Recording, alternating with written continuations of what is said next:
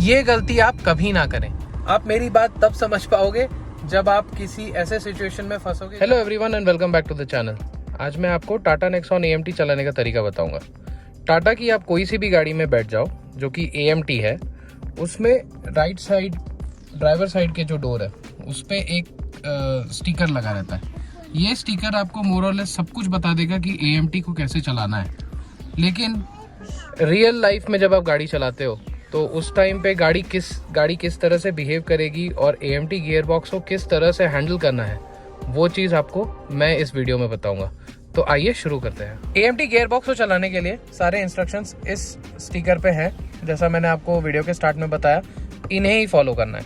अब AMT या कोई भी ऑटोमेटिक में सिर्फ एक्सीलरेटर और ब्रेक ही आता है, क्लच तो होता नहीं है। तो आपका लेफ्ट लेग का क्या काम है? लेफ्ट लेग का एक ही काम है, इस डेड पेडल पे, इसे डेड पेडल बोला जाता है। डेड पेडल पे उसे प्लांटेड रखना है, उसका कोई यूज नहीं है, वो वहीं पे रहेगा। राइट लेग से आपको सिर्फ अपना ब्रेक और एक्सीलरेटर। कन्वेंशनल ऑटोमेटिक में आपको गियर लीवर के पास P का ऑप्शन मिलता है। P मतलब पार्क मोड।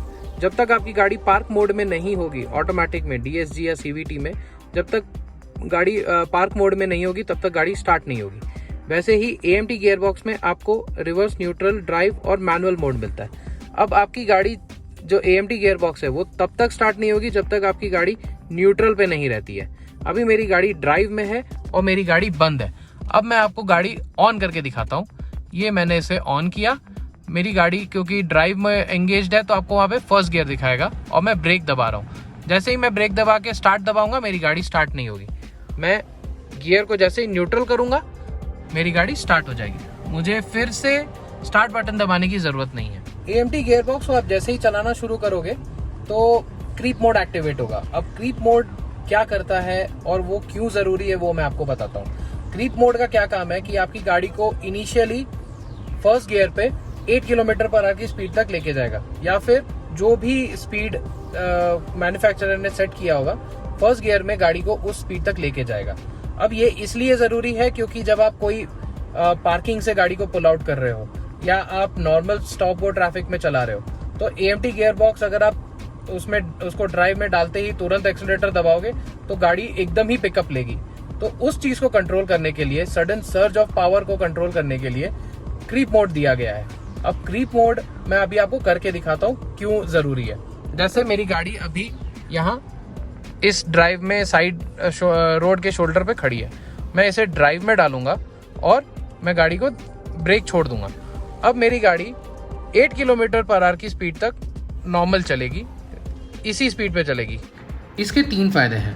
फर्स्ट, आपको जो AMT गियर बॉक्स है उस पर ज़्यादा स्ट्रेन नहीं आएगा और ये AMT के गियर बॉक्स के लिए लॉन्गर लाइफ के लिए बहुत ही ज़्यादा फायदेमंद है। सेकेंड, आपका जो फर्स्ट से सेकेंड गियर पे जाने का जो ट्रांजिशन पीरियड है उसमें आपको थोड़ा भी जर्क फील नहीं होगा। थर्ड, आपकी गाड़ी एक कंट्रोल मैनर में ट्रैफिक में मर्ज होगी और आपको जो एक्सेलरेटर कितना प्रेस करना है उसका भी टेंशन लेने की ज़रूरत नहीं। अब मैं आपको ऑटोमेटिक से मैनुअल में गाड़ी को करके दिखाता हूँ। इसे ऑटोमेटिक से मैनुअल करने का कोई सेट स्पीड नहीं है। इसे आप कभी भी कर सकते हैं, चलती गाड़ी में कर सकते हैं, गाड़ी खड़ी रहे तब भी कर सकते हैं, कोई प्रॉब्लम नहीं है इसमें। मैं अभी आपको वो चीज़ करके दिखाता हूँ। ये मेरी गाड़ी अभी चल रही है ऑटोमेटिक में, ये मैंने ऑटो से मैनुअल किया। अब इसका अप शिफ्ट का और डाउन शिफ्ट का दोनों कंट्रोल मेरे पास आ चुका है, बट मैं रेकमेंड करूंगा कि आप सिर्फ अप शिफ्ट का कंट्रोल अपने पास रखो, डाउन शिफ्ट आप अपने आप गाड़ी को करने दो। यूजुअली AMT गियर बॉक्स में डाउन शिफ्ट जैसे ही आप ब्रेक दबाना शुरू करोगे गियर ऑटोमेटिकली डाउन शिफ्ट में चला जाएगा। अब मैं आपको मैनुअल मोड का एक ड्रॉबैक दिखाता हूँ। मैनुअल मोड से आपको बहुत अच्छी चीज़ें मिल जाएंगी, जैसे गाड़ी अच्छा एवरेज देगी, आप इंस्टेंट ओवरटेक्स कर सकते हैं, आप अपने हिसाब से गियर शिफ्ट कर सकते हैं अप एंड डाउन। तो वो सब चीज़ें तो है, बट इसका एक मेजर ड्रॉबैक ये है कि अगर आपने गाड़ी कहीं खड़ी की है और अगर आपको उसे गियर में नहीं रख के न्यूट्रल पे लाना है तो आपको पहले उसे ऑटो में लाना पड़ेगा, फिर आप उसको न्यूट्रल पे लाना पड़ेगा। ये एक बहुत बड़ा ड्रॉबैक है जो मुझे बिल्कुल पसंद नहीं है। मुझे अगर गाड़ी खड़ी करनी है तो ऐसा नहीं चाहिए मुझे कि मैं पहले उसको ऑटोमेटिक पे लाऊं फिर मैं उसको न्यूट्रल पे डालूं। ये चीज़ मुझे उतना पसंद नहीं है, तो ये मेरे लिए तो एक मेजर। आप मेरी बात तब समझ पाओगे जब आप किसी ऐसे सिचुएशन में फंसोगे जहाँ पे आपको क्विकली एक रिवर्स मनूवर करना है और आपकी गाड़ी मैनुअल में खड़ी है। मैं जब मेरी गाड़ी को ऑटो से मैनुअल में करता हूँ तो मैं गाड़ी जब स्टैंड स्टिल पे होती है उस समय करता हूँ।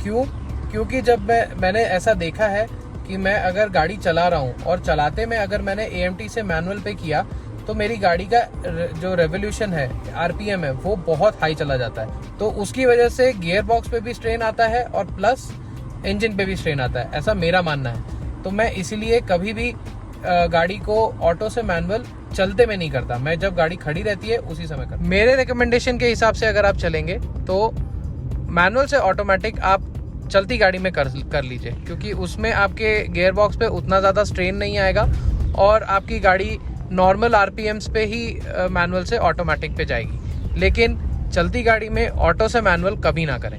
मैनुअल मोड में आप अप शिफ्ट और डाउन शिफ्ट दोनों अपने हिसाब से कर सकते हैं, बट वो भी करना एक बहुत ही प्रिसीजन का काम है। अब अगर मेरी गाड़ी जैसे आप देख सकते हैं 446 पे चल रही है और 4th गियर पे है और इसके रिकमेंडेशन के हिसाब से मुझे लोअर गियर पे होना चाहिए, जो मैं नहीं कर रहा हूँ क्योंकि मुझे एक अच्छा एवरेज गाड़ी से निकालना है। तो अगर मैं इस कंडीशन में जैसे अभी 44 पे है और अगर मैं गाड़ी को 5th गियर पे डालूंगा तो देखिए क्या होगा। ये मैंने 5th पे डाला, ऐसा एक आवाज़ आने, ये गलती आप कभी ना करें। ये मैं इसलिए बोल रहा हूँ क्योंकि जब आप ऐसी गलती करते हैं, रॉन्ग स्पीड पे एक हायर गियर अगर आप सेलेक्ट करने चाह रहे हैं तो उससे गियर बॉक्स पे बहुत ज़्यादा स्ट्रेन आता है और ऑटोमेटिक गियर बॉक्स इस कंडीशन में फेल भी हो सकता है। तो ये गलती कभी ना करें। मैनुअल मोड का एक बहुत ही सही फीचर मुझे जो लगता है वो ये है कि आपको गाड़ी बाय डिफ़ॉल्ट मैनुअल मोड में स्पोर्ट में मिलती है। मतलब आप जैसे ही मैनुअल मोड पे डालोगे तब आपका ये जो ड्राइव सिलेक्शन वाला जो टॉगल स्विच है वो तो काम करना बंद कर ही देता है। तो जब आप गाड़ी मैनुअल में चला रहे हो तो आपकी गाड़ी ऑटोमेटिकली स्पोर्ट ड्राइव मोड में शिफ्ट हो जाती है। यहाँ आपको अब क्योंकि मैनुअल मोड में कोई ड्राइव मोड सिलेक्टेड नहीं होता है और आप जब गाड़ी को मैनुअल से ऑटोमेटिक में वापस शिफ्ट करते हैं तो आपने जो भी ड्राइव मोड लास्ट सिलेक्ट किया होगा गाड़ी वापस उसी मोड पे चली जाएगी। जैसे अभी मैं मैनुअल मोड में हूँ और मैनुअल मोड में जाने से पहले मेरी गाड़ी सिटी ड्राइव मोड पे चल रही थी, तो मैं जैसे ही गाड़ी को मैनुअल से सिटी ऑटोमेटिक पे डालूंगा वो ऑटोमेटिकली सिटी ड्राइव पे चली जाएगी। ये देखिए, सिटी ड्राइव मोड एक्टिवेट। तो ये थी जानकारी टाटा नेक्सॉन AMT के गियर बॉक्स के बारे में। मैंने आपको इस वीडियो में दोनों मोड्स में चला के दिखाया, ऑटोमेटिक में भी और मैनुअल में भी। और मेरा रिकमेंडेशन ये है कि अगर आपको बहुत अच्छा गाड़ी से एवरेज निकालना है और परफॉर्मेंस भी एट द सेम टाइम आपको चाहिए तो आप गाड़ी को ऑलवेज मैनुअल मोड में चलाइए। गाड़ी इस कंडीशन में बहुत अच्छा परफॉर्मेंस देती है, एवरेज भी बहुत अच्छा आता है और पूरा कंट्रोल आपके पास रहता है इस कंडीशन में। तो ये वीडियो बस आज के लिए इतना ही रखते हैं और ऐसी और भी जानकारी के लिए आप चैनल को लाइक, शेयर और सब्सक्राइब ज़रूर करें। Thank you.